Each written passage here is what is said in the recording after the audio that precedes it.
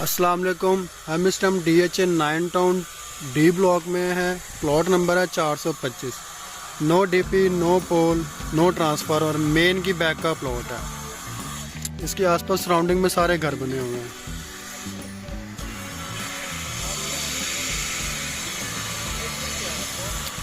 No DP, no pole, no transformer, road level plot है। DHA 9 town C block में है। Plot number है 939 number. No DP, no pole, no transformer, road level plot है। इसके आसपास surrounding में सारे घर बने हुए हैं। बहुत ही प्यारा प्लॉट है। ये प्लॉट नंबर है 939 नंबर। इसके आसपास सराउंडिंग में सारे घर। DHA 9 टाउन D ब्लॉक में है।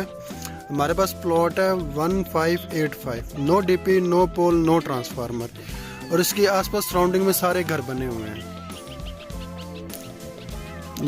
इसके आसपास सराउंडिंग में सारे घर बने हुए हैं।